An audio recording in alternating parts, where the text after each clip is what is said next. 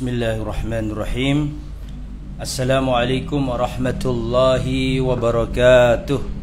Innal hamdalillah nahmaduhu wa nasta'inuhu wa nastaghfiruh wa na'udzu billahi min shururi anfusina wa min sayyiati a'malina.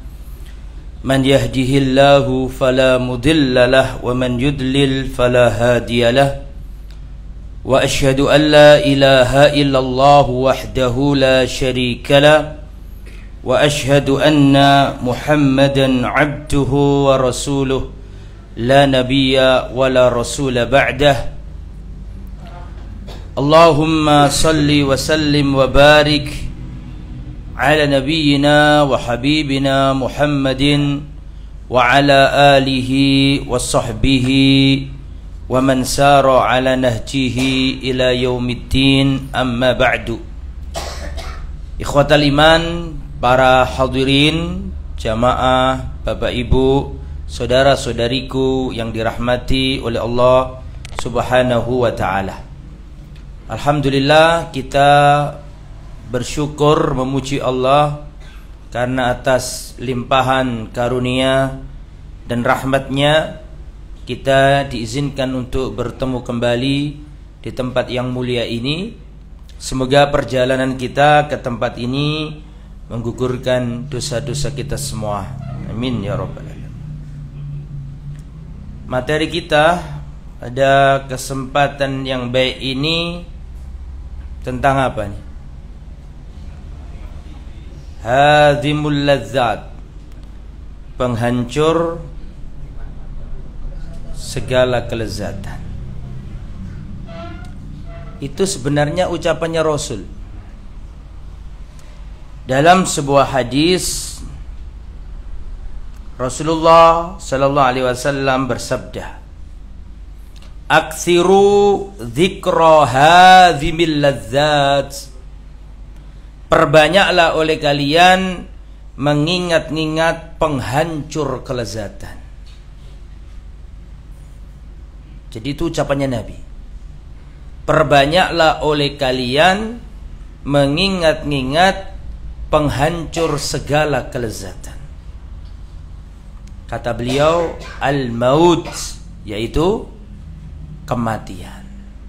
Benar Bapak Ibu, kematian ini menghancurkan segala kelezatan.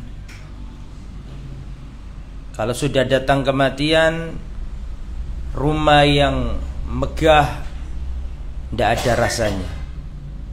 Kalau sudah datang kematian, uang yang banyak tak mampu menyelamatkan kita. Kematian telah menghancurkan segala angan-angan, memutus semua harapan. Makanya Nabi Muhammad sallallahu alaihi wasallam memerintahkan kepada kita, aktsiru dzikra hadimil ladzati al-maut. Perbanyaklah oleh kalian mengingat-ingat penghancur kelezatan, yakni al-maut, yaitu kematian.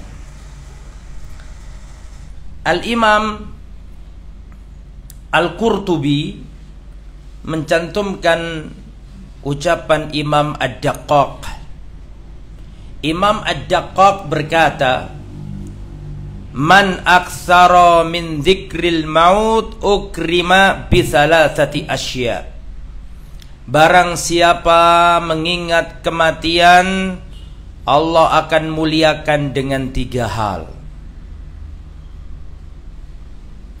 Kalau ada orang itu eling mati, Allah akan berikan kepadanya 3 kemuliaan. Yang pertama, ta'jilit taubah, segera bertaubat.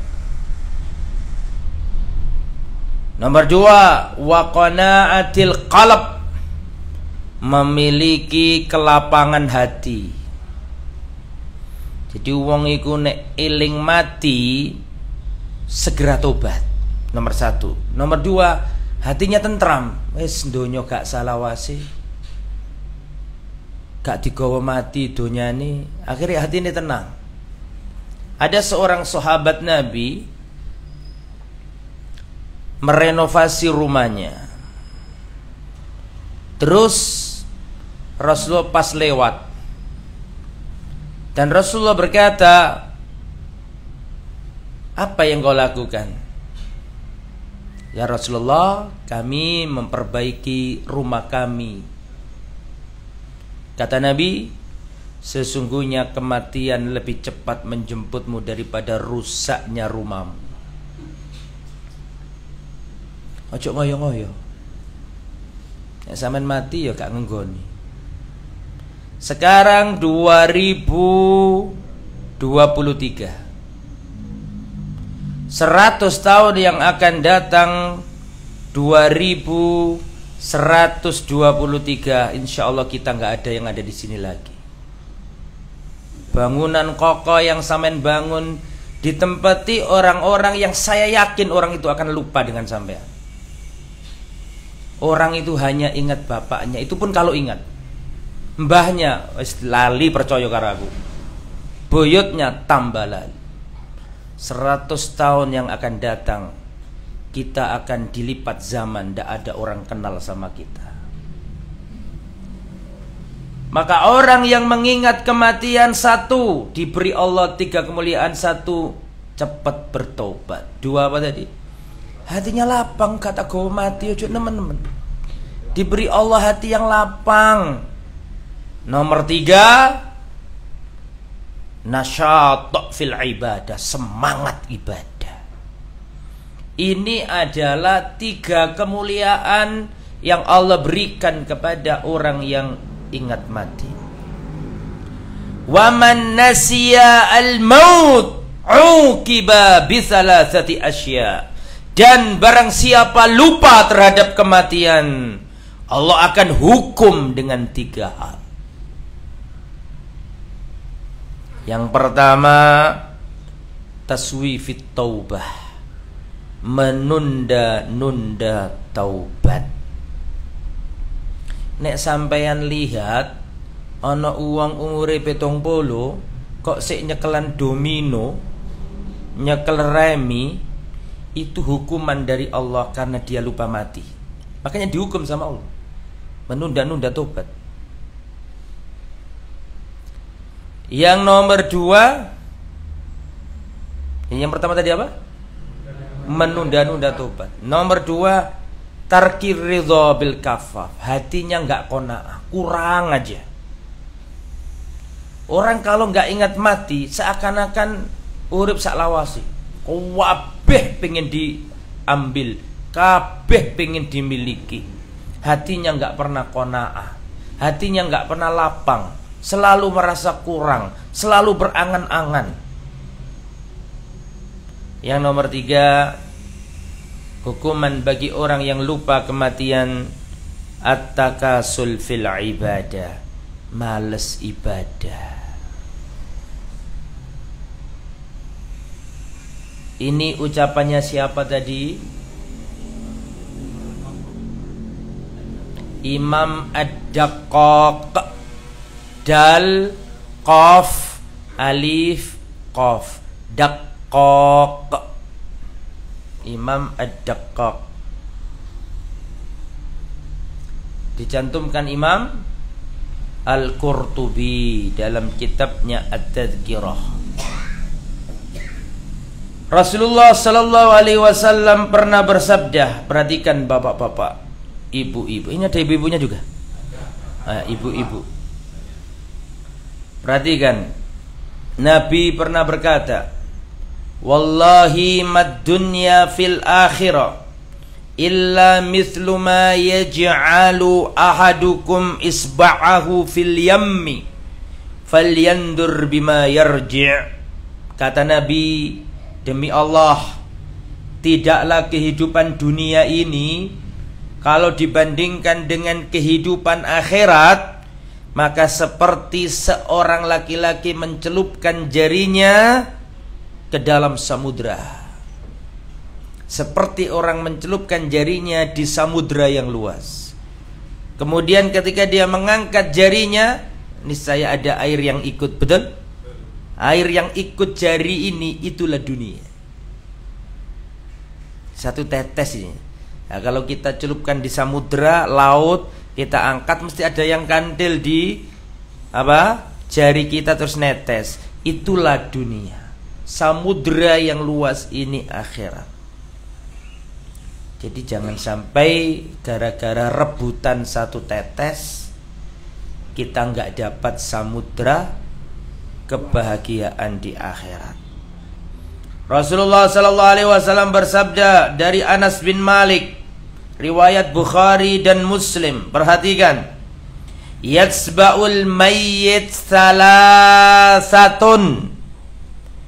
Jika anak Adam mati, dia akan diikuti 3 hal. Akan diikuti 3 hal. Fayarji'u thnani wa yabqa ma'ahu wahid. Yang 2 kembali ke dunia. Yang 1 setia menemaninya. Yatsba'uhu ahluhu wa maluhu wa amaluhu.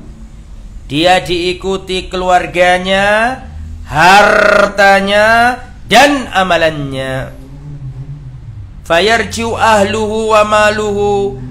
Keluarga dan hartanya kembali, enggak dibawa mati. Wa yabqa wahid, hanya 1 yang setia menemaninya. Apa itu tadi? Amalnya.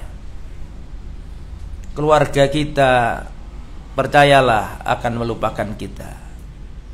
Sampeyan kalau mati, maka anak sampeyan sedih.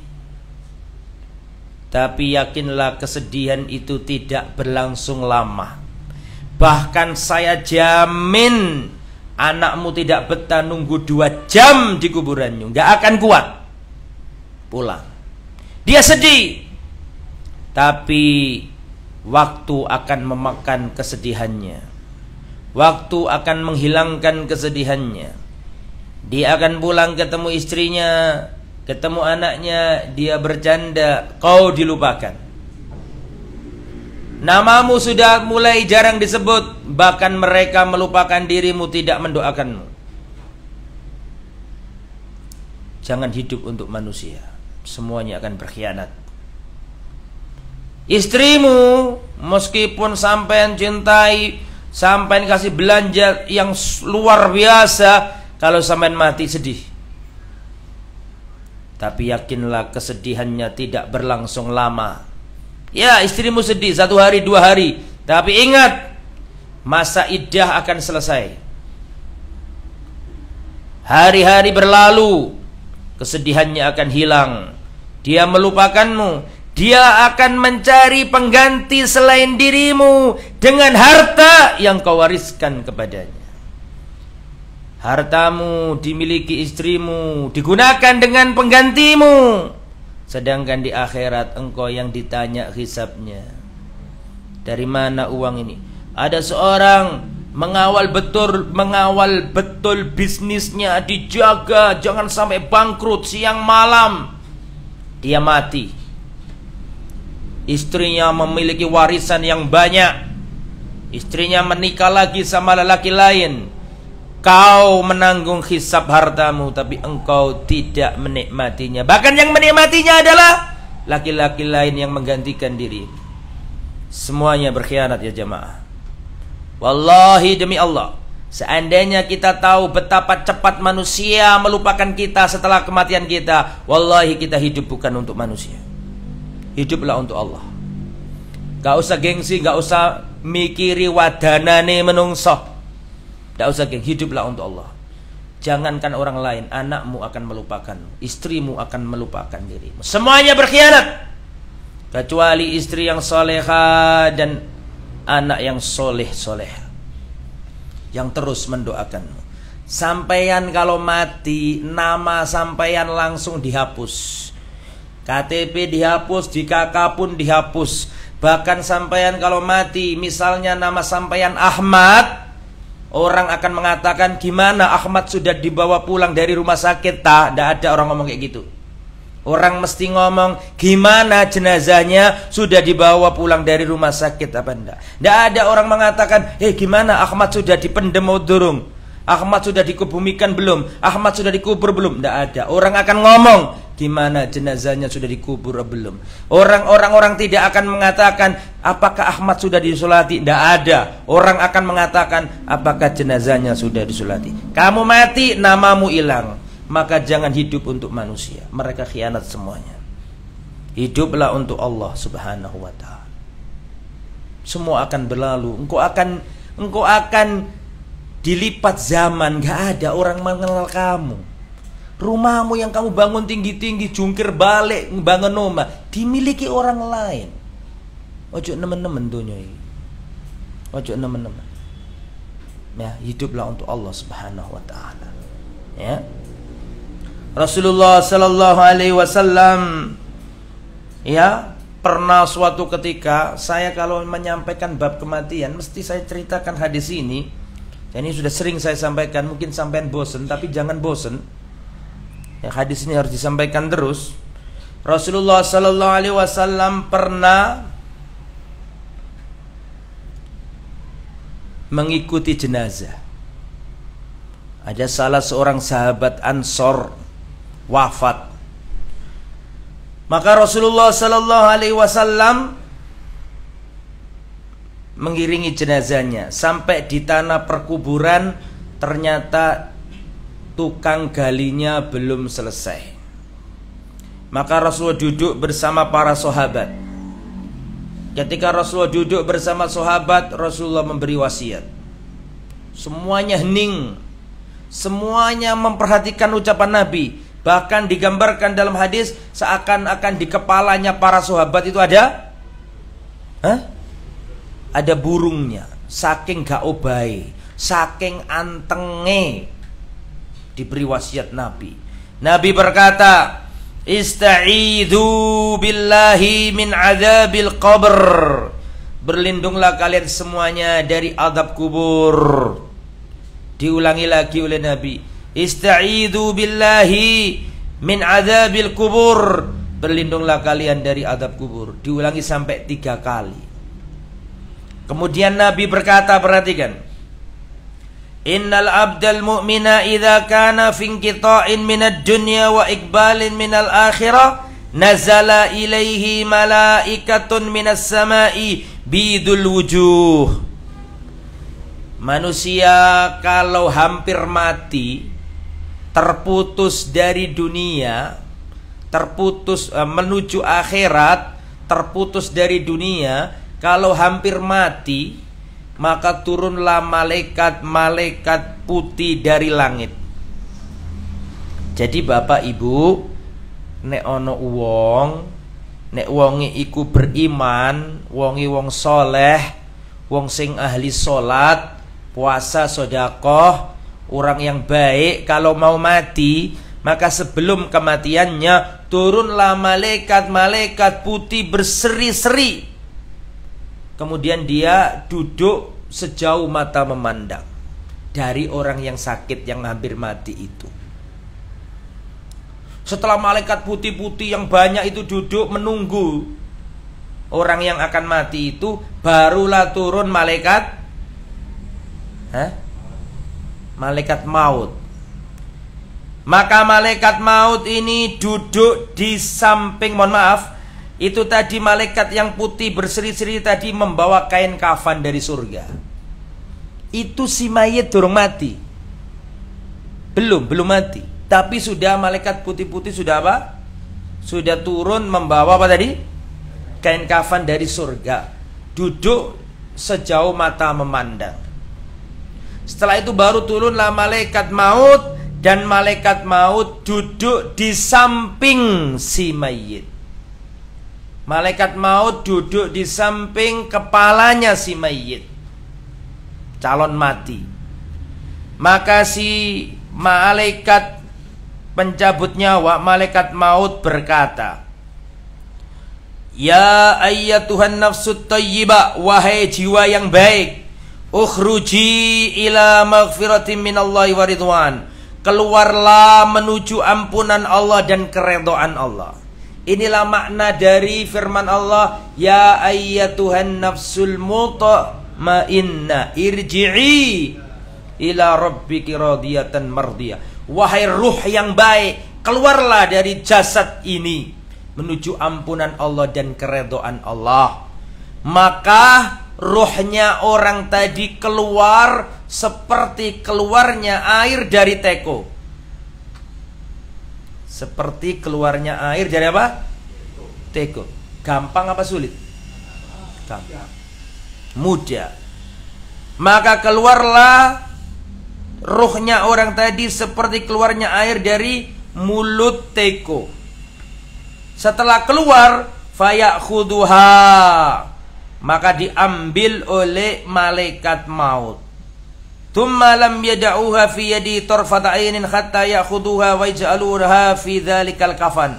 Setelah diambil oleh malaikat maut, langsung datanglah malaikat putih-putih tadi itu.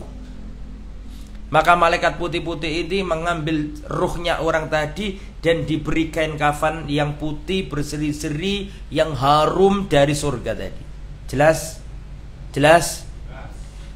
Kemudian malaikat-malaikat putih berseri-seri ini langsung membawa ruh yang sudah dikafani tadi. Ustaz, ruh kok dikafani kupi? Ojo dipikir, wis ngono wae intinya hadis. Maka dibawalah ruhnya orang yang baik tadi itu, dikai kain kafan, dibawa ke langit. Maka di langit malaikat-malaikat mencium aroma wangi. Dan malaikat-malaikat berkata, ini ruhnya siapa kok wangi banget seperti ini? Maka malaikat yang putih-putih menjawab, hadza, atau ini adalah ruhu fulan bin fulan. Ini adalah ruhnya fulan, anaknya fulan. Disebutkan namanya dan disebutkan nama bapaknya. Setelah itu minta dibukakan pintu yang pertama, pintu langit yang pertama. Maka masuklah ke langit yang kedua. Sama langit yang kedua juga nanti malaikat-malaikatnya ikut mengiringinya. Sampai dibukakan yang kedua, langsung ketiga, keempat, sampai ke berapa? Sampai ke 7. Betul? Setelah sampai ke langit yang ke-7, tiba-tiba ada suara dari Allah Subhanahu wa taala berfirman, "Uktubu kitab abdi fi illiyin." Catatlah catatan-catatan kebaikan hambaku ini. Allah nyebut hambaku. Inilah maksud dari fadkhuli fi ibadi, fadkhuli, masuklah dari golongan hamba-hambaku. Makanya diceluk Allah hambaku. Sing wong bejat kafir gak pernah sholat, Allah gak manggil. Allah tidak mengatakan uktubu kitab abdi, enggak.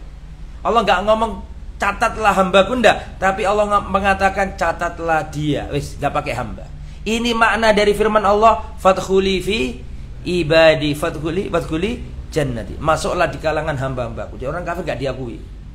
Akhirnya ditulislah catatan-catatan kebaikan di tempat yang tinggi. Kemudian Allah Subhanahu wa ta'ala memerintahkan agar si ruh tadi ini dikembalikan kemana? Ke jasad. Ruh yang tadi dibawa ke langit tingkat 7 itu dikembalikan lagi ke jasadnya. Akhirnya dibawa turun oleh malaikat-malaikat putih-putih tadi, dikembalikan ke jasadnya, dan jasadnya sudah ada di kuburannya. Ketika sudah kembali raga dengan jasad, kok raga dengan jasad apa doai? Ketika kembali ruh dan jasad, ruh dan raga sudah kembali, jiwa dan raga sudah kembali, maka didatangi lagi oleh 2 malaikat. Dalam riwayat malaikat ini hitam kebiru-biruan, dua malaikat. Sebagian mengatakan namanya siapa? Rokib Atid tuh, kok Rokib Atid? Hah? Oh, karena kir. Maka ditanya, didudukkan nih orang yang mati tadi, didudukkan. Terus ditanya oleh malaikat ini, fayujlisanihi, didudukkan. Terus ditanya oleh 2 malaikat. Pertanyaan 2 malaikat inilah yang disebut oleh para ulama imtihanul qabr. Ujian alam kubur. Setelah didudukkan, 2 malaikat berkata, man rabbuka. sopo pangeranmu. Ustaz, Robbu kok diterjemah pangeran? Ndak apa-apa, terjemahan tok, ojo dipikir sing aneh-aneh. Itu terjemahan tok, Pak, enggak apa-apa. Padha karo Malik diartekno raja. Enggak apa-apa. Rob itu bahasa Jawa apa? Pangeran. Memang wong Jawa ngarin pangeran. Itu terjemahane. Bisa dipahami nggih? Man rabbuka, siapa Tuhanmu? Nek dalam bahasa Jawa, sapa pangeranmu?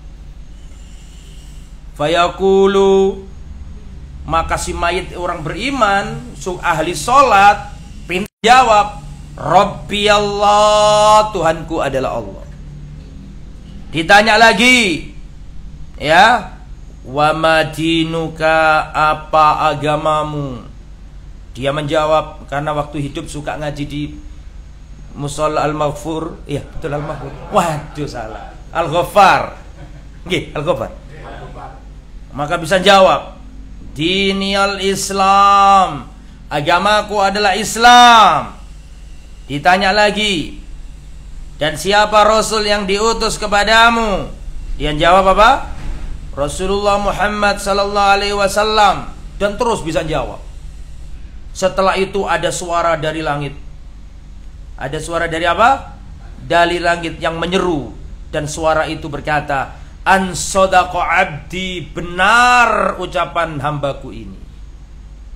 Fa'afrisuhu minal jannah, buatkan tempat tidur dari surga. Wa albisuhu minal jannah, dan berikan dia pakaian dari surga. Waftahu lahu baban ilal jannah, dan bukakan pintu surga untuknya. Jadi pintu surga dibuka, langsung aromanya surga masuk ke alam kuburnya. Wanginya, sejuknya, enaknya masuk ke alam kubur. Ya. Kemudian wa yufsahu lahu fi qabrihi madda basarihi. Akhirnya kuburannya ini Allah jembarkan, kuburannya ini Allah luaskan sejauh mata memandang. Luas banget. Setelah itu datanglah seorang yang rupawan. Ini kaget si mayit. Dari tadi ketemu malaikat, tiba-tiba si mayit ketemu orang manusia. Heran si mayit, kok ono menungso nduk kene iki. Wajahnya ganteng, rupawan, wangi. Maka si mayit berkata, "Man anta, siapa kamu ini?" Fawajhuka alwajhul ladzi ya'ti bil khair. Wajahmu membawa kebaikan. Kamu ini siapa? Maka dijawab sama orang yang rupawan tadi, Ana amaluka saleh. Aku adalah amal solehmu. Ya ini yang nemani kita, Pak. Bojo kita, anak kita, harta kita, enggak silang wis aja dienteni ilang kabeh. Bojomu dipek wong nangiso. Bayangno sampean sing numpuk harta, mari ngono sampean mati dipek bojomu nikah mbek wong liya, sampean sing ditakoni azabe, kisape. Kalau hartamu itu haram, jadi azab. Kalau hartamu itu halal, jadi hisab. Dan podo loroe, dihisab yo loro, diazab. Sujud nemen-nemen karo bojomu, Pak. Ya. Mari ngono buat perjanjian. Pokoknya aku mati apa mau golek nikah lagi. Gak usah ngono. Sing penting sampean didik bojo sampean sing apik. Ada seorang wanita Filipina. Jadi TKW, kebetulan muslim. Biasanya kalau Filipina kan Nasrani dah. Filipina. Ini muslimah. Saya punya teman Filipina banyak dari Mindanao, muslim banyak. Teman saya waktu di kuliah dulu. Ini muslim wanita. Disuruh ngeladeni miliarder Saudi, tapi sudah sepuh. Ibunya sudah nggak bisa ngelayani, sudah sepuh juga, sama-sama sepuh. Terus ayahnya ini ngomong, saya itu takut dosa karena ini pembantu ini suka bersih aku, kelihatan auratku. Bagaimana kalau tak nikahi saja ini pembantu ini? Dan ternyata pembantunya mau. Dinikahi miliarder tapi tua itu mang. Ya, tapi wong lanang gak ono expired tetep berlaku. Ya. Iki ditonton ibu-ibu lah. Pol, loh, bahaya. Akhirnya Pak, dinikahi Pak. Dan ini keluarga ahli ilmu, orang Saudi biasa kayak gitu. Orang ahli ilmu, ngerti agama. Kemudian bapaknya ini mati. Bayangkan, miliarder loh ini. Dapat 1/8 wong wedok iku. Soalnya ono anak kan. 1/8 dibagi 2. Meskipun dibagi 2 iki triliunan duit iki. Dan ini anak-anaknya anak-anak soleh, bukan anak yang jahat. Ibunya tetap diberi apa? Warisan ayahnya. Sampean dapat 1/8 harta. Ojo 1/8 nih. Tapi keseluruhan itu lah. Paham lah, Pak? Triliunan 1/8 ya tetap akeh, betul lah, Pak? Pengusaha Arab, uangnya nggak berseri. Setelah itu wanita ini pulang ke Filipina, bawa uang banyak, bukan banyak loh, banyak. Di antara cara berbakti kepada orang tua yang sudah wafat adalah menyambung tali rahimnya orang tua. Termasuk tali rahimnya orang tua adalah istri nih orang tua. Betul? Ibu sambung ya juga termasuk kerabat ayah toh. Gini mboten? Maka anaknya ini terbang ke Filipina, bertahun-tahun nggak ketemu. Pengen nyambungin ngono yo. Wong sing pernah disenengi bapakku kan ngoten lagi. Sah. Bukan zina, boleh kan? Disambangi sama anak-anak, cari namanya Fulana. Ketemu. Omai biasa. Kaget, itu tak kayak duit wake kok omai biasa. Terus duit ibin nggak gopo. Uangnya ayahnya dulu itu untuk apa? Setelah ketemu datang bagaimana kabarnya ibu dan seterusnya. Heran ditanyakan. Dulu panjenengan dapat uang banyak dari warisan ayah. Itu dipakai apa? Wanita ini bukan wanita sembarangan. Dia berkata, kamu ingin tahu warisan ayam? Pergilah ke kota, lihatlah ada masjid besar di kota. Itu milik bapak. Gak diambil, dibuatkan masjid. Pahalanya ngalir terus untuk bapak. Ada gelek bojoku sing ngene iki lho. Ojo sing tiktokan ae. Ya. Gimana bangun nduk uripe senengane tiktokan kok. Terharu anak-anak ini. Dibangun masjid kau pede gak dicubuk. Ini milik ayahmu, jariahnya ayah. Subhanallah. Nah, itu yang jadi teman kita di akhirat ya ini. Ya. Makanya perhatikan saya nih. Perhatikan saya. Manusia itu kalau hampir mati, selalu dia itu meminta kepada Allah, jangan dimatikan dulu ya Allah. Laula akhartani ila ajalin qarib. Ya Allah, jangan matikan aku dulu ya Allah. Tunggu sebentar ya Allah. Sebentar ya Allah. Fa as-saddaqo, aku tak sedekah dulu ya Allah. Soalnya menungso nek akate mati itu ngerti menit donyaku itu dadi nggonku meneh. Dia tidak mengatakan laula akhartani ila ajalin qarib. Ya Allah, seandainya panjenengan tunda sebentar saja, aku tak sholat dulu ya Allah. Ndak. Aku tak haji dulu. Januari kono haji, Mas. Aku tak apa jenenge poso, apalagi poso. Wong awak loro-loron kok poso. Ndak ngomong. Tapi sing diomong kan ada di Al-Quran itu kan. Laula akhartani ila ajalin qarib. Ya Allah, jangan matikan dulu ya Allah. Sebentar ya Allah. Fa as-saddaqo, aku tak sedekah dulu ya Allah. Kenapa? Karena si mayat tahu sebentar lagi gak bermanfaat semuanya itu. Mumpung dulu. Makane wong nek angkate mati sing dipikiri ku donya nih, lapo gak ben tak sedakono. Karena nek wis sampean sedakono iku hartamu sing sesungguhnya. Kalau kamu warisan, dibuat warisan sama ahli warismu, bukan milikmu lagi. Mali hartaku, bukan hartamu, miliknya orang yang masih hidup. Hartamu yang kau infakkan di jalan Allah. Sodako. Ikhwatal iman. Kullu mri'in tahta dhilli sadaqatihi yaumal qiyamah. Setiap orang akan berada di padang mahsyar dengan naungan sodakonya masing-masing. Ikhwatal iman rahmanullah. Mari kita Belajar. Sodako itu gak masalah sugih apa melarat. Sodako itu mental. Akeh wong sugih gak iso sodako, akeh wong melarat iso sodako. Iltamisu al-ghina bis sodako, carilah kekayaan dengan sodako. Bermentalah orang yang suka memberi. Ya bena Adam, in anfiq yunfaq alaik. Wahai anak Adam, berinfaklah. Allah yang akan memberimu infak. Jangan takut miskin, Pak. Mulai sekarang, Pak. Saman kalau kerja bawa 1 botol air minum, mulai sekarang bawa 2. Tengah jalan kasih minum orang. Afdalus shadaqati saqiyul ma. Seagung-agungnya sedekah air. Biasanya sampean bawa minum cuma 1 gelas, bawa 2 gelas. Biasanya habis 3, sekarang bawa 5. Kasihkan orang.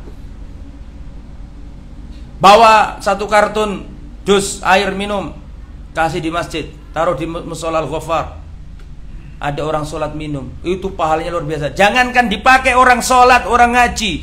Anjing itu loh, Pak, dikasih air. Pelacur yang ngasih air, Pak. Tahu kisahnya kan? Gak perlu saya ceritai kan? Apa perlu juga? Ada seorang pelacur, akhirnya cerita juga. Ada seorang pelacur berjalan melihat anjing kehausan. Masih ingat tuh? Dia berpikir ini kan kasihan anjing ini kehausan. Diambilkan air, Pak. Terus airnya dikasihkan anjing tersebut. Karena ini Allah mengampuni dosanya si pelacur ini. Pelacur loh. Pelacur berarti sekarang melacur, besok melacur, besok melacur. Pelacur, bukan berzina. Berzina kan pelacur berprofesi sudah. Sing nulung hina, sing ditulung ya dianggap hina. Tapi ketika dia bersedekah dengan air, Allah ampuni dosanya. Ojo sepelean Pak Mas Ali. Sampeyan geleki daerah-daerah yang membutuhkan air, buat sumur di situ. Wong anjing iku lho dikai minum oleh pahala. Apalagi sampeyan gawe sumur untuk daerah-daerah terpencil. Browsing, jangan nunggu bola. Browsing, cari. Mana itu wilayah-wilayah kering? Saya dulu punya orang tua, misalnya kita dulu punya orang tua, belum sempat berbakti, sekarang sudah kaya, tapi orang tua sudah wafat. Cari sumur di daerah-daerah yang minus air, pahalanya sampai ke ibu bapak. Itu teman kita di akhirat, jadi itu. Ya, setelah itu datanglah kembali ke materi. Datanglah laki-laki tadi, aku adalah amal solehmu. Setelah itu si mayit berdoa, Allahumma rabbi aqimis sa'ah. Ya Allah, segerakan hari kiamat ya Allah, agar aku bisa kembali kepada keluargaku. Itu kalau wonge soleh. Bagaimana kalau orangnya nggak soleh tapi toleh? Toleh bahasa Arab, lawan dari soleh. Baru tahu kan sampean? Makanya belajar bahasa Arab. Ya, lawan dari soleh apa? Toleh. Toleh artinya rusak. Ya, orang yang jahat, orang yang kafir. Perhatikan sekarang, ini kebalikan yang pertama nih. Wa innal abdal kafira idza kana fi inqita'in minad dunya wa iqbalin minal akhirah. Dan seorang yang kafir, gak pernah sholat, gak pernah zakat, gak pernah puasa, ketika dia hampir terputus dari dunia menuju akhiratnya, maka datanglah dari langit malaikat-malaikat sudul wujuh, wajahnya hitam breng. Wajahnya hitam-hitam gitu. Wa ma'ahum musuh wa jalasu minhum maddal basar, keturunlah malaikat-malaikat hitam tadi itu, terus duduk sejauh mata memandang. Paham ya? Tsumma yaji'u malakul maut, barulah datang malaikat maut, fayajlisu inda ra'sihi, malaikat maut ada di sisi kepala si mayit atau calon orang yang akan mati. Kemudian si malaikat maut berkata, Ayyatuhan nafsul khabitha, wahai jiwa yang busuk, wahai ruh yang buruk, ukhruji ila sakhatin minallahi wa ghadab, keluarlah dari menuju kemurkaan Allah dan kemarahan Allah. Fatafarraqa fi jasadi fayantazi'uha kama yantazi'us safudu minas sufil mablul, maka ditariklah itu ruh seperti ditariknya besi berduri dari kain wol yang basah. Besi berduri ditarik dari kain wol yang basah. Nek cara Surabaya di apa no? Diluakrak begini, dibawatek sak kapoke. Sakit apa enggak kira-kira? Ya, ojo sampai ngerasakno iku ya, sampean ya. Fayantazi'uha kama yantazi'us safudu minas sufil mablul. Maka diambillah seperti menarik besi berduri dari kain wol yang apa tadi? Yang basah. Maka keluarlah keluarlah ruh ini. Kemudian keluar dengan aroma yang sangat busuk. Maka dikasih kain kafan oleh malaikat yang hitam-hitam tadi dengan kain kafan yang busuk, aromanya yang kasar. Terus dibawa ke langit. Setiap ketemu malaikat di langit, malaikat berkata, "Mahadar ruh." Ini ruhnya siapa? Kok apa? Kok aromanya apa? Busuk sekali. Ya, diterangkan dalam riwayat kan, mohon maaf, bukan mahadha, mahadhihi. Mahadhihir ruhul khabitha. Ini ruhnya siapa kok busuk sekali? Maka disebutkan ini adalah fulan anake fulan. Disebutkan namanya dan disebutkan nama bapaknya. Terus sampai langit pertama minta dibukakan, tapi pintu langit yang pertama Allah sudah nggak mau bukakan. Beda dengan yang nomor berapa tadi? Pertama sampai langit tingkat berapa? 7. Kalau ini nggak satu sudah mentok, nggak bisa. Terus Allah Subhanahu wa taala berfirman, "Uktubu kitabahu." Ya, fi sijin, tulislah catatannya. Beda dengan yang pertama. Kalau pertama kan catatlah catatan hambaku. Masih ingat tadi? Masuklah ke golongan hamba-hambaku itu, fadkhuli fi ibadi. Ini ndak. Masuklah, maaf, catatlah catatannya. Enggak pakai hambaku. Berarti dibedakan sama Allah. Yang pertama dianggap hamba, yang kedua ndak. Allah enggak mau nolak, Allah enggak mau. Paham ya? Setelah itu disuruh mencatat di tempat yang terendah. Fatutrahu ruhuhu torha. Maka dilemparkanlah ruh ini. Bukan diantarkan. Kalau tadi kan diantarkan, ini enggak dilempar, dikembalikan ke jasadnya, di kuburannya. Terus didatangi oleh dua malaikat yang hitam kebiru-biruan. Dua malaikat yang warnanya hitam kebiru-biruan. Azraqani aswadani. Biru-biru kehitaman. Sama lagi mikir ya, piye wajah. Intinya bengis, betul ya? Dijujukkan. Ditanya, "Man rabbuka?" Siapa Tuhanmu? Dia berkata, "Ha la adri." Aku gak ngerti. Gak pernah sholat, gak pernah ngaji, gak pernah puasa, gak paham. La adri, aku gak paham. Ditanya lagi, "Wa ma dinuka?" Apa agamamu? Ha la adri, aku gak tahu. Ditanya lagi, "Wa man nabiyuka?" Siapa orang yang diutus kepadamu? Ha la adri. Langsung dipukul malaikat dengan satu pakulan, maka berantakan wajahnya, remuk tubuhnya. Semua makhluknya Allah mendengarkan jeritannya, kecuali dua makhluk yang nggak bisa dengar, manusia dan jin. Manusia dan apa? Jin. Makanya dulu para salaf kalau punya hewan yang piaraan yang waktu hamil tidak keluar-keluar, dibawa kuburannya orang kafir. Dengan kengeriannya itu langsung brojol. Ya kan guyu dikandani guyu sampai. Ya, terus akhirnya dipukul para malaikat. Kemudian Allah Subhanahu wa taala berkata, "An kadzaba," dia telah berdusta. Fa afrisuhu minan nar, buatkan tempat tidurnya dari neraka. Waftahu lahu baban ilan nar, bukakanlah pintu neraka dari alam kubur. Subhanallah, ketika pintu neraka itu dibuka oleh para malaikat, itu langsung panasnya menyengat ke alam kuburnya. Aroma busuknya langsung masuk ke alam kuburnya. Terus dihimpitkan kuburnya sampai remuk tulang belulangnya. tiba-tiba dia melihat laki-laki yang jelek, hitam, legam, bau, kasar. Maka si mayit heran, dari tadi ketemu malaikatnya, ketemu manusia di sini. Man anta? Siapa anda ini? Wajah anda membawa kabar buruk. Maka dia mengatakan, ana amaluka sayyi, ana amaluka sayyi. Aku adalah amalan jelekmu. Akhirnya si mayit berdoa, Allahumma la tuqimis sa'ah, Rabbi la tuqimis sa'ah. Ya Allah, jangan pernah kau bangkitkan hari kiamat. Dia nggak mau karena sudah lihat neraka.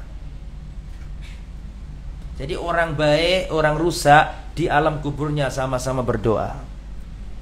Orang baik minta disegerakan apa? Hari kiamat. Orang jahat minta tidak didirikan hari kiamat. Nah, ini penting ya jamaah. Makanya kita harus perhatian. Orang itu kalau sudah mati cuma ada dua kemungkinannya. Sayyiduna Utsman bin Affan itu pernah berjalan melewati kuburan. Tiba-tiba beliau menangis melihat kuburan itu, sampai basah jenggot beliau. Terus ditanya orang-orang, kenapa panjenengan menangis wahai Khalifah Amirul Mukminin? Maka Utsman bin Affan mengatakan, aku mendengar Rasulullah sallallahu alaihi wasallam bersabda, al-qabru awwalu manazilil akhirah. Kuburan itu tempat persinggahan pertama di akhirat. Faman naja minhu fama ba'dahu aisaru minhu. Barang siapa selamat di alam kuburnya, selamat di akhiratnya. Wa illam yanju minhu fama ba'dahu as'abu minhu. Dan barang siapa tidak selamat di alam kuburnya, semakin dahsyat akhiratnya. Kemudian ya, kuburan itu Pak ada dua macam, nggak ada yang ketiga, cuma dua tok. Kemungkinan yang pertama, raudhatun min riyadil jinan, taman di antara taman-taman surga. Yang kedua, khufratun min khufarin niron, lubang jurang di antara jurang-jurang neraka. Cuma dua itu. Kalau bukan taman surga, maka apa? Jurang neraka. Itu kuburan. Nah, selanjutnya saya terangkan ke jenengan, ada poin-poin penting supaya kita selamat di azab kubur yang diajarkan Nabi. Catat, tulis, pahami, dan amalkan. Apa yang harus kita lakukan agar selamat di alam kubur? Dicatat nggih. Yang pertama, qiraatu surati Tabarok, membaca surat Tabarok. Membaca surat apa? Tabarok. Surat Tabarok surat apa? Al-Mulk. Tabarakalladzi biyadihil mulku wa huwa ala kulli syai'in qadir. Alladzi khalaqal mauta wal hayata liyabluwakum ayyukum ahsanu amala. Sampai selesai. Apa khasiatnya? Perhatikan. Suratu Tabarok hiyal mani'atu min azabil qabr. Surat Tabarok adalah penolak, benteng dari azab kubur. Hadis riwayat Imam Tirmidzi. Abdullah bin Mas'ud melakukan itu di malam hari. Ini nomor pertama nggih. Betul. Jadi sampean amalaken, Ustaz, tapi kula ni mboten hafal Ustaz. Sampean waos pakai mushaf Al-Qur'an ndak apa-apa. Tabarakalladzi biyadihil mulku sampai selesai. Itu penghalang perisai dari azab kubur. Yang nomor dua, al-isti'adza billahi min adzabil qabri. Berlindung kepada Allah dari azab kubur. Ini cara yang nomor dua.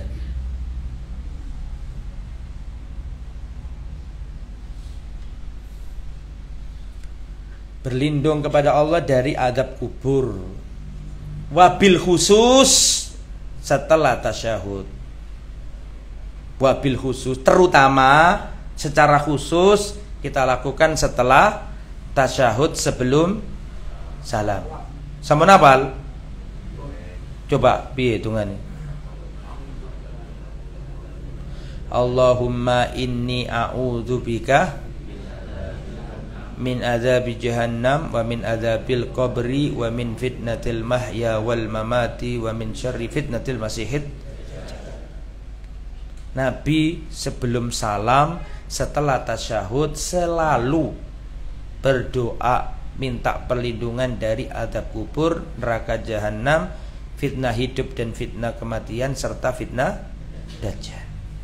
Itu yang nomor 2. Yang nomor 3, menjaga diri dari air najis, menjaga diri dari air kencing. Ammatu adzabil qabri fil bauli, kebanyakan azab kubur itu gara-gara kencing najis. Hati-hati itu. Ustaz, mosok si Ustaz gara-gara pipis saya kok diadab di kuburan? Lho nggih. Soale wong iku nek pipis sembarangan salatnya mesti gak tepak. Gitu mboten? Sampeyan lihat kalau ada orang sakarepe dhewe pengen pipis langsung aja di balik pohon tanpa cebok, percayalah dia bukan ahli salat. Nggih napa mboten? Wong salat gak mungkin ngelakoni ngono. Mesti mikir gitu. Wah, gua kanggo salat aku kan. Nek mau gak mikir salat cak karepe, Pak. Ya. Kadang-kadang taman kota jadi mati gara-gara itu. Paham maksud saya? Ya. Bolak-balik itu. Nah, itu, hati-hati. Yang nomor berapa? 4. Menjaga lisan. Apa hubungannya menjaga lisan Ustaz dengan adab kubur? Saya terangkan sebentar dulu. Yang nomor 3 sama nomor 4 hadisnya jadi satu. Nomor 3 tadi apa? Masalah kencing ya? Menjaga kencing intinya ya kan? Oke, nomor 4 menjaga lisan. Itu hadisnya jadi satu. Perhatikan. Marra Rasulullah sallallahu alaihi wasallam bi qabraini. Rasulullah pernah melewati 2 kuburan. Kemudian Nabi berkata, perhatikan, Nabi pernah melewati ada 2 kuburan. Terus Nabi berkata, innahuma la yu'adzabani wa ma yu'adzabani fi kabir. 2 kuburan ini sekarang penghuninya sedang diazab oleh Allah. Adapun yang pertama, kana la yastatiru min baulih. Adapun yang pertama, kalau pipis enggak bisa menjaga diri, kena percikan najisnya. Paham? Adapun yang nomor 2 ini, kana yamshi bin namimah. Waktu hidup di dunia suka adu-adu domba. Omongannya A dibawa B, omongannya B dibawa ke A, tujuannya merusak hubungan. Atau dengan kata lain, suka membuka aib orang. Nah, makanya hati-hati. Yang nomor 3 tadi menjaga apa tadi? Menjaga diri dari air kencing. Saya mau tanya panjenengan, yang keluar dari kemaluan panjenengan itu ada berapa cairan? 2, apa 3, apa 1? Ada pinten, Pak? Apa sampean gak niteni selama ini? 1 apa, Pak? Buang air besar, kok besar lewat situ? Air kecil dah. Ulangi, tunggal. Air kencing. Air mani. Air besar bisa lewat depan dah, Pak. Saya ulangi nggih. Air yang keluar, cairan yang keluar dari kemaluan kita. Kemaluan nggak mungkin air besar. Nggih. Ada berapa? Berapa? Kebanyakan 3 ya. Modelnya sampean gak teliti selama ini. Engko abe kok ngomong telu. 3. 1. Kencing. Mati. Air besar. Air mani. 3 ya? Kurang teliti sampean. Ada 4. Yang pertama adalah air baul. Baul itu pipis. Sepakat najis, nggak usah dijelaskan, sama paham kabeh ya. Nomor 2 al-wadi. Wadi ini cairan yang keluar setelah pipis, najis juga. Nomor 3 al-madhi. Madhi ini kapan keluarnya? Bisa jadi karena kedinginan, bisa jadi karena, mohon maaf, karena syahwatnya lagi memuncak, terus dia keluar, tapi keluarnya nggak kerasa apa-apa. Moro-moro, kok metu ya ngono. Gak kerasa nikmat, gak kerasa apa, terus keluar. Itu mati. Atau biasanya keluar ketika laki-laki perempuan, suami istri atau enggak suami istri sedang memulai senggama, terus keluar cairan. Ini namanya mati. Belum mewajibkan orang untuk mandi. Belum mewajibkan untuk mandi.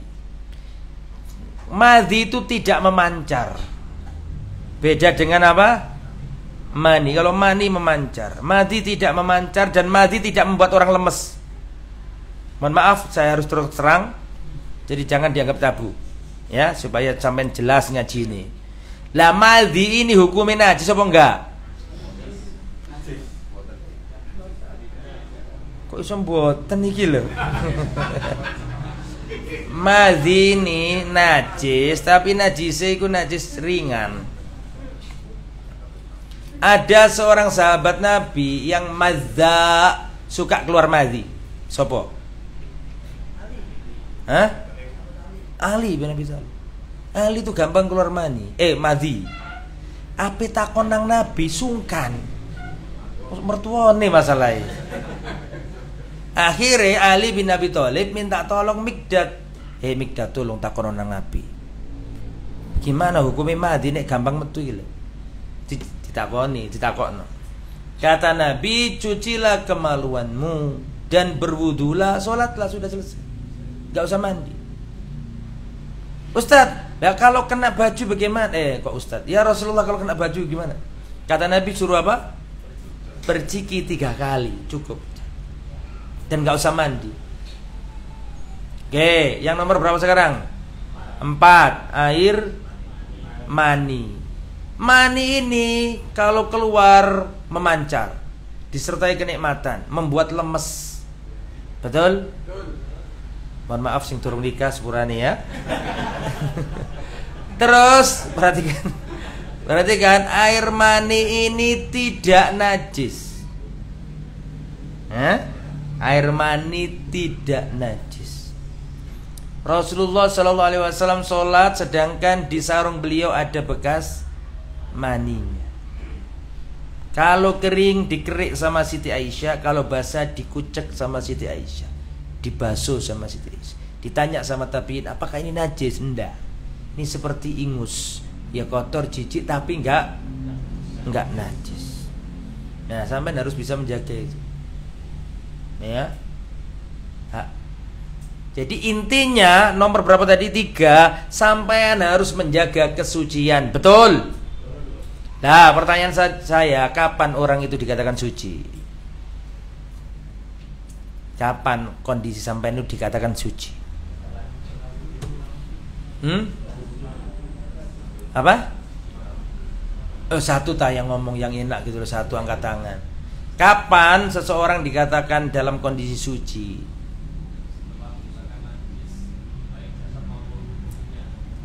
Setelah terbebas dari najis, baik aini maupun hukmi gitu lah, zatnya atau hukumnya begitu. Kurang, itu sudah 90%, tinggal dikit lagi. Kapan seorang dikatakan suci? Seorang dikatakan suci kalau terbebas dari najis dan hadas. Sekarang muncul pertanyaan baru, apa perbedaannya najis sama hadas? Tak anteni, aku mau ngelanjut nih kasih jawab. Dalam ulangi, hadas. Lo kentut lah hadas, tapi kalau junub. Si alon-alon lo ya. Apa perbedaannya hadas dengan najis? Saya suci, artinya saya nggak punya hadas, saya nggak ada najis. Betul? Baru dikatakan saya suci. Nah sekarang pertanyaan yang dasar banget nih. Apa perbedaannya hadas sama najis? Najis. Hadas disucikan dengan wudu atau mandi wajib. Dan najis bisa disucikan tanpa wudu, hanya dengan dicuci atau cara lain. Tidak ada najis yang bisa disucikan tanpa harus berwudu atau mandi wajib. Hadis gak perlu disucikan, hadis itu diangkat. Gini. Ini sudah hampir benar ini. Apa perbedaannya hadas sama najis? Kalau najis itu ada barangnya, Pak. Panjenengan habis wudu, gendong putra jenengan, ternyata pampersnya tembus. Baju sampeyan kena pipis anak sampeyan. Ini najis apa hadas? Najis. Ada barangnya, bau, ya kan? Paham ya? Panjenengan habis wudu, tiba-tiba mohon maaf, misalnya berjalan kena kotoran kucing. Kotoran kucing najis apa hadas? Najis. Ada barangnya, bau, iya kan? Oke. Kalau hadas itu bagaimana, Ustaz? Hadas itu nggak kelihatan barangnya. Bukan konkret tapi abstrak. Contoh, seorang hubungan badan suami istri jam 10 malam, mau mandi aras-arasan, betul? Maka dia kamar mandi membersihkan kemaluannya, terus tidur lagi. Saya mau tanya, dia ini sedang bernajis apa sedang berhadas? Dibarangi? Gak ketok. Sudah jelas. Gak ditutupi, ya memang gak ono. Paham? Kasih contoh lagi biar paham. Wanita haid suci jam, misalnya suci jam 10. Sudah suci, sudah bersih, sudah gak keluar. Terus dia datang ke kamar mandi, dia nyuci kemaluannya, tapi belum mandi, dia masih beraktivitas, masih masak, masih beres-beres. Dia bernajis apa enggak? Dia bernajis apa enggak? Berhadas enggak? Mana barangnya? Dah ono. Gak kelihatan. Hadas itu keadaan. Sudah jelas kondisi. Sudah jelas sekarang. Perhatikan. Hadas membatalkan wudu. Najis tidak membatalkan wudu. Saya habis wudu, kena, mohon maaf, kotoran kucing, saya nggak perlu wudu lagi, tapi kotoran kucing saya bersihkan. Paham? Berbeda dengan apa tadi, hadas. Habis wudu, mohon maaf, kumpul suami istri, batal nggak wudunya? Tidak hanya batal wudunya, lebih dari wudu, apa? Harus mandi, betul? Ada orang habis wudu kentut, mana kentutnya? Nggak kelihatan. Betul apa enggak? Kondisinya dia berhadas apa bernajis orang kentut itu? Berhadas. Maka batal wudunya, betul? Jadi hadas membatalkan wudu, najis tidak membatalkan wudu. Sampai sini jelas? Sekarang saya tanya. Ini ukurannya, ini kira-kira paham enggak nanti jadi pertanyaan di sini. Ada seseorang dia pipis, otomatis ada benda yang keluar, betul tak? Pipis. Pertanyaannya, ini orang sedang bernajis apa berhadas? Ayo. Bernajis. Najis apa hadas?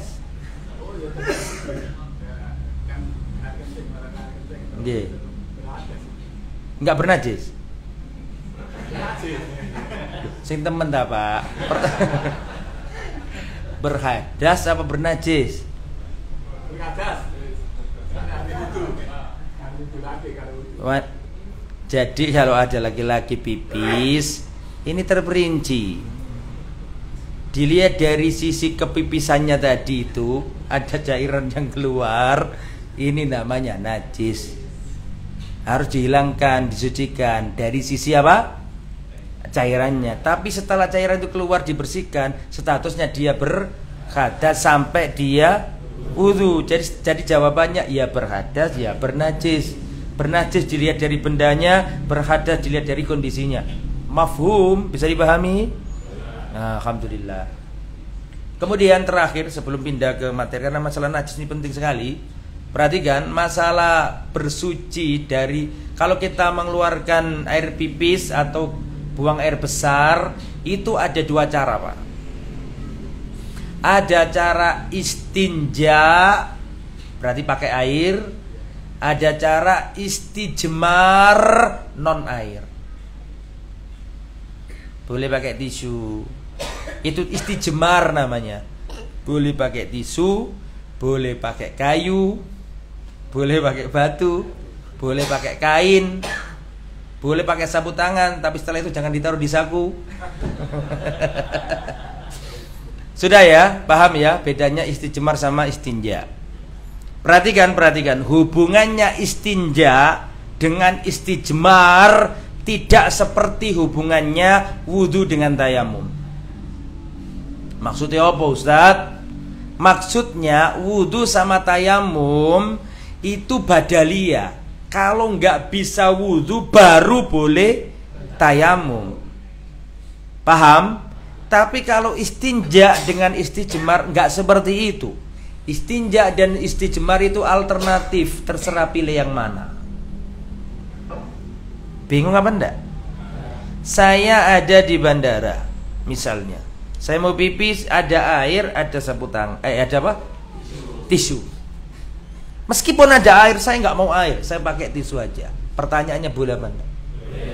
Boleh. Makanya saya katakan tadi, hubungannya istinja dengan istijmar tidak seperti hubungannya wudu dengan tayamum. Itu pilihan, boleh sampai. Di dalam kondisi tertentu bahkan lebih baik yang istijmarnya. Kondisi tertentu. Kalau sampai posisinya sudah pakai celana, posisinya sudah pakai kaos kaki, posisinya sudah pakai apa? Sepatu. Paham? Kalau sampai pakai yang apa? Semprotan, maka khawatir akan kemana-mana, tambahan gak karu-karuan. Maka wallahu alam dalam kondisi tertentu malah bermaslahat pakai apa? Istijmar. Tisu atau batu. Kalau batu kata Nabi 3, kecuali batunya besar. Di sisi-sisi yang berbeda boleh. Gitu nggih. Terus lanjut masalah apa tadi? Saya selesaikan ini dulu ya, baru pertanyaan. Nomor berapa tadi? Nomor 4 apa tadi? Menjaga lisan, ojo ngerasani wong. Ya, karena itu berbahaya untuk azab kubur ya. Hati-hati, jangan ngerasani wong, membuka aib. Membuka aib haram kecuali dalam 6 hal. Sebutkan. Membuka aib haram kecuali dalam 6 hal. Siapa yang bisa? Apa nggak pernah dapat materi ini sebelumnya? Membuka aib orang itu haram toh? Nggak boleh, Pak. Dosa besar, berakibat kepada azab kubur. Tapi ada membuka aib yang boleh. Apa saja? Yang pertama, membuka aib yang boleh. Yang pertama, dalam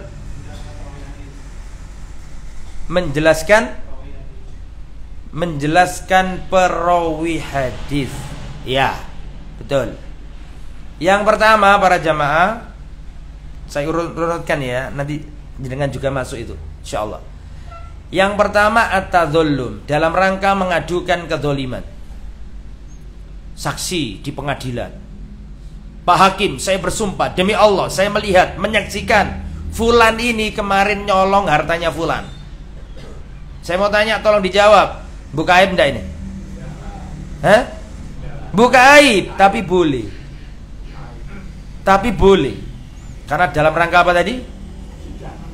Iya, sidang atau mengadukan kezaliman. Pak polisi, ngapunten Pak, saya membuat laporan Pak. Ini ada CCTV, kemarin ada maling masuk ke rumah saya, ngambil barang berharga saya. Ini orangnya saya tahu, orangnya namanya ini, tempatnya di sini. Saya buat laporan, tolong ditangkap. Buka aib enggak nih? Boleh enggak? Boleh. Nah, sudah jelas ya? Nomor 2, al-istifta, minta fatwa, minta penjelasan hukum. Seorang wanita datang ke Nabi, namanya Hindun. emaknya Muawiyah, istrinya Abu Sufyan ketika masuk Islam. Dia datang ke Nabi dan berkata, "Ya Rasulullah, inna zauji rajulun syahih." Sesungguhnya Abu Sufyan, suamiku, itu pelit ya Rasulullah. Tidak ngasih aku belanja yang cukup untukku dan untuk anakku. Boleh nggak aku ambil hartanya? Nabi tidak berkata seperti ini.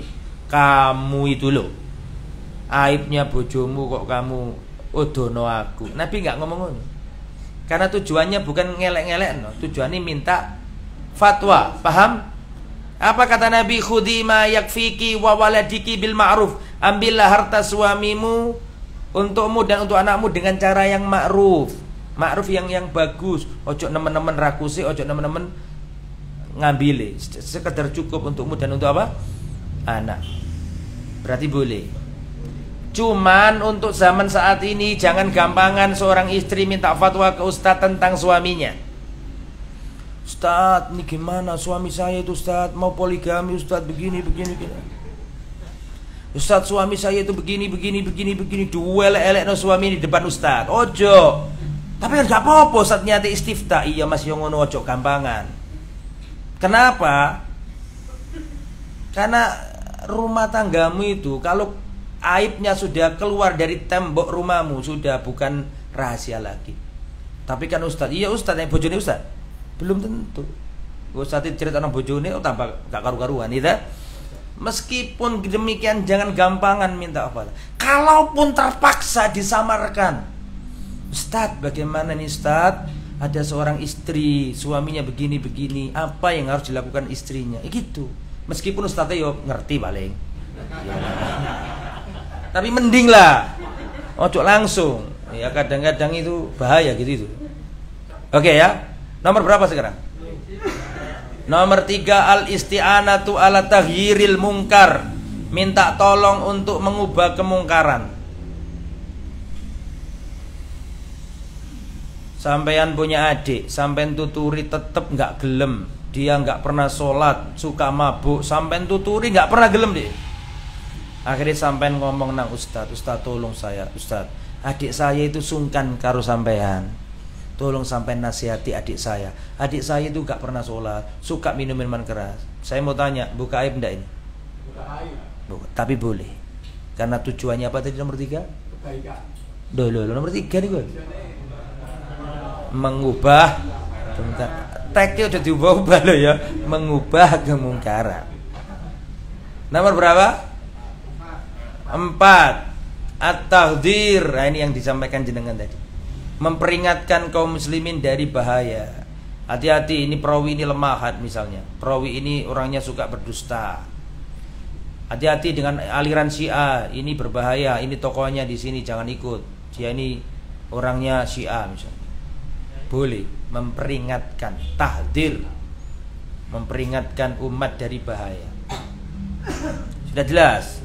Nomor pinten ndak niki?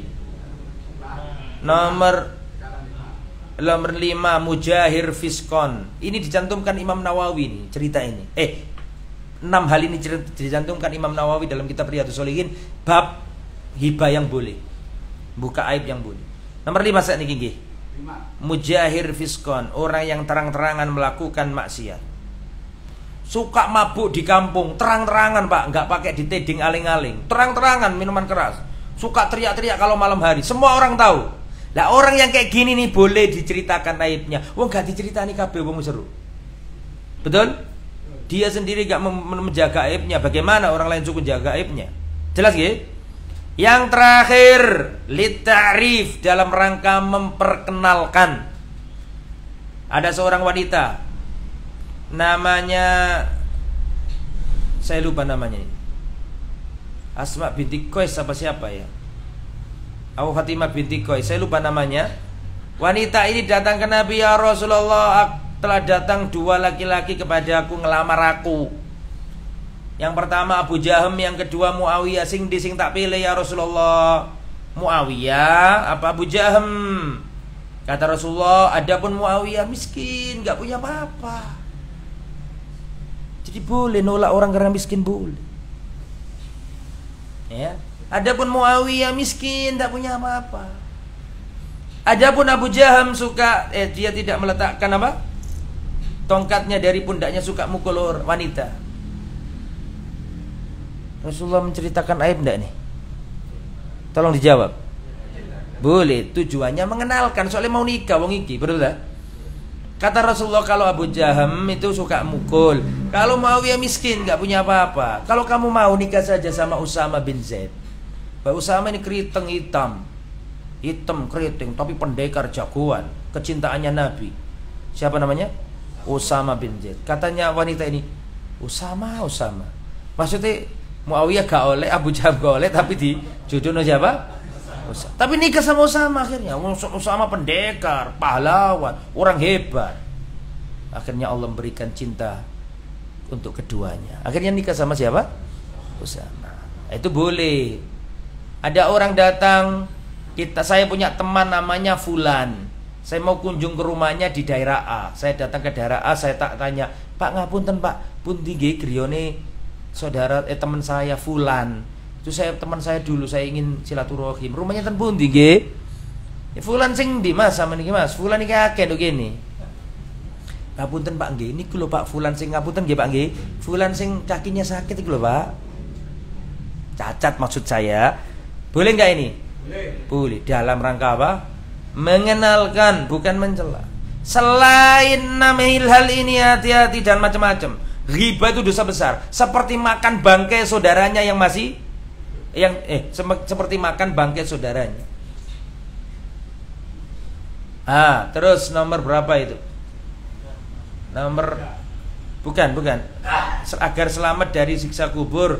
1, baca surat Al-Mulk. 2, mohon perlindungan, a'udzubika min adzabil qabr. Terus nomor 3, menjaga kesucian, menjaga diri dari percikan najis. Nomor 4, menjaga lisan. Nomor 5. Sekarang nomor 5 ya. Nomor 5, tidak meratapi mayit. Tidak meratapi mayit. Yu'adzabul mayyit bima nikha alaihi. Innal mayyita yu'adzabu bima nikha alaihi. Mayit diazab di kuburannya karena ratapan keluarganya. Maka jangan diratapi. Ratap itu apa Ustaz? Ratap itu bukan menangis atau bukan sekedar menangis. Kalau menangis tok boleh, karena Rasulullah juga menangis ketika ditinggal wafat anaknya Ibrahim. Rasulullah menangis tok tidak apa-apa. Yang nggak boleh itu meratap, menangis, teriak, histeris, meraung-raung, terus memukul-mukul wajah, menyobek-nyobek baju, memukul-mukul diri sampai gulung-gulung nggak karu-karuan. Itu meratap, itu nggak boleh. Itu mayitnya itu diazab gara-gara peratapan ini. Dan termasuk meratapi mayit, ngapunten tak sampai ojo kaget loh ya. Perhatian ucapan gue, ojo kaget tak sampai sesuatu ini. Termasuk meratapi mayit, perhatikan, siap-siap ya. An Jarir bin Abdillah, dari Jarir bin Abdillah. Jarir bin Abdillah ini sahabat Nabi yang ganteng rupanya. Jarir bin Abdillah berkata, kunna na'uddu al-ijtima' ila ahlil mayyit. Kami menganggap kumpul-kumpul di rumah keluarga mayyit, wason atat to'am, dan dihidang-hidangkan makanan, minan niyakha, termasuk meratapi mayyit. Aku mek nyampe notok, gak setuju karepmu. Insyaallah setuju nggih. Kami para sahabat Nabi menganggap kumpul-kumpul di rumah orang mati sambil dihidang-hidangkan makanan termasuk meratapi mayit. Bahaya. Mayit bisa kena apa? Azab. Imam Syafi'i berkata dalam kitabnya Al-Um, wa akrahul ma'tam, aku benci acara ma'tam, yaitu acara jamaah kumpul-kumpul di rumah duka. Wa illam yakun lahum buka, meskipun enggak ada tangisan. Kenapa? Fa inna dzalika yujaddidul huzun, karena itu memperbarui kesedihan, wa yukalliful mu'na, dan membebani biaya bagi keluarga mayit. Dan membebani apa tadi? Biaya bagi keluarga mayit. Al-Imam Ad-Dimyati dalam kitabnya I'anatut Talibin mengatakan, ma yaf'aluhun nas minal ijtima' inda ahlil mayyit. Apa yang dilakukan oleh manusia, orang-orang, berupa kumpul-kumpul di keluarga mayit, wa sun'it ta'am, dan membuat-buat hidangan makanan, minal bid'ail munkaro, termasuk bid'ah yang mungkar, allati yuthabu ala man'iha waliyul amr, pemerintah dapat pahala jika mencegahnya. Padahal Imam Syafi'i, padahal Imam Dimyati, dua-duanya beranggapan bahwa ada bid'ah hasanah. Paham gak maksudnya? Imam Dimyati ini berpendapat adanya bid'ah hasanah, tapi kalau bahasan selamatan, menurut beliau bid'ah apa tadi? Mungkar. Padahal beliau ini yang mengatakan adanya bid'ah apa? Hasan. Itu maksud dari bid'ah hasanah yang dipahami wong saiki beda mbek bid'ah hasanah sing dipahami wong biyen. Paham? Ini mbak kasih ku rotok jeru terus dawa. Nomor 6. Wis cukup ngono ya. Dawakno. Nomor 6. Nggih, nomor 6 dah. Kiat selamat dari azab kubur, memperbanyak amal soleh.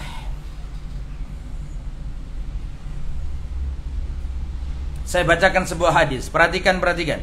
Innal mayyita idza wudi'a fi qabrihi innahu la yasma'u khafqani alim khina yuwallu anhu. Perhatikan. Mayit jika diletakkan di kuburannya, maka dia akan mendengarkan suara alas kaki orang-orang yang pulang dari mengantarkan jenazahnya. Pernah dengar hadis ini? Mayit mendengar bunyi alas kaki, sendal, sepatunya orang-orang yang berjalan yang pulang dari mengiringi jenazahnya. Perhatikan. Fa in kana mu'minan kanatis sholatu 'inda ra'si. Kalau si mayit ini orang mukmin ahli salat, maka salat ada di kepalanya. Perhatikan, salat ada di kepalanya. Wa kana siyamu an yaminihi, puasa ada di kanannya. Wa zakatu an yasarihi, dan zakat ada di sebelah kirinya. Wa kana fi'lul khairat, dan amal-amal kebaikan ada di kakinya. Sedekah, silaturahim, amar ma'ruf nahi munkar, berbuat baik sama orang, itu ada di kakinya. Maka datanglah azab kubur dari kepalanya. Maka solat menangkis dan solat berkata, ma kibali madkhol, kau gak bisa masuk melalui arahku. Maka datang melalui arah kanan. Apa tadi yang arah kanan tadi apa? Puasa berkata, ma kibali madkhol, kamu gak bisa masuk melalui aku. Mau masuk sebelah kiri, zakat berkata, ma kibali madkhol, kamu gak masuk melalui aku. Maka datang di arah kakinya, amal-amal kebaikan, sedekah, amal kebaikan, birrul walidain, amal soleh, mengatakan kalian gak bisa masuk melalui aku. Perbanyaklah amal soleh. Itulah teman kita yang sesungguhnya. Terakhir, nomor pinten? 7. Asli ini akeh tapi singkat lah terakhir itu. Perhatikan terakhir ini. Setelah itu tanya jawab. Nomor terakhir ini Pak, berteman dengan orang-orang soleh. Teman yang soleh itu bisa memberi syafaat di dunia dan bisa memberi syafaat di akhirat. Nggih ta Ustaz, nggih. Pundi dalile Ustaz? Rungokno. Perhatikan. Dalam hadis dikatakan, ma min muslimin yamutu fayusalli ala janazatihi arba'una rajulan la yusyrikuna billahi syai'a illa syafa'ahumullah. Tidak siapapun orang muslim mati terus disolati jenazahnya oleh 40 orang yang tidak menyekutukan Allah, 40 orang yang ahli tauhid, yang benar-benar ahlu sunnah, nyolati wong sing mati tadi. Kata Allah, illa syafa'ahumullah, Allah perkenankan syafaatnya mereka untuk si mayit. Apa syafaatnya mereka ini?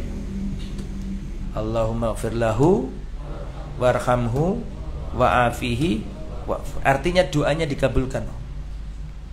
Lah sampean gak mungkin disolati wong-wong sing api kecuali sampean nalikane nduk donya ya kudu gembul karo wong-wong sing api. Ya kayak gini ki sampean ngaji. Dan sampean harus kompak Pak. Kalau ada teman yang wafat harus semuanya Pak. Itu bermanfaat. Itu penghormatan kita terakhir kepadanya. Saling mengenal satu sama lain. Nek ana sing wafat, ya tak dongakno umur panjang kabeh sampean. Ya, tapi seandainya ada yang sedo, itu sampai harus kompak untuk mensolati jenazah saudara kita. Ngoten nggih? Nggih, sampun nggih. Sampun, matur nuwun, terima kasih banyak. Ini adanya jam pinten? Jam 12 kurang berapa? Jam 12 kurang seperempat. Saya izin langsung boleh nggih? Soalnya saya harus ke Malang Selatan, lumayan jauh. Nggak apa-apa nggih? Saya tutup sampai di sini, semoga bisa ketemu lagi. Insya Allah akad kelima nggih. Semoga dimudahkan. Jazakumullah khairan katsiran. Subhanakallahumma bihamdika asyhadu an la ilaha illa anta astaghfiruka wa atubu ilaik. Wassalamualaikum warahmatullahi wabarakatuh.